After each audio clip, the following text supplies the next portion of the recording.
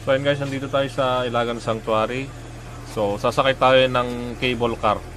Tignan natin kung okay naman yung viewing sa taas. So let's do this! Kita.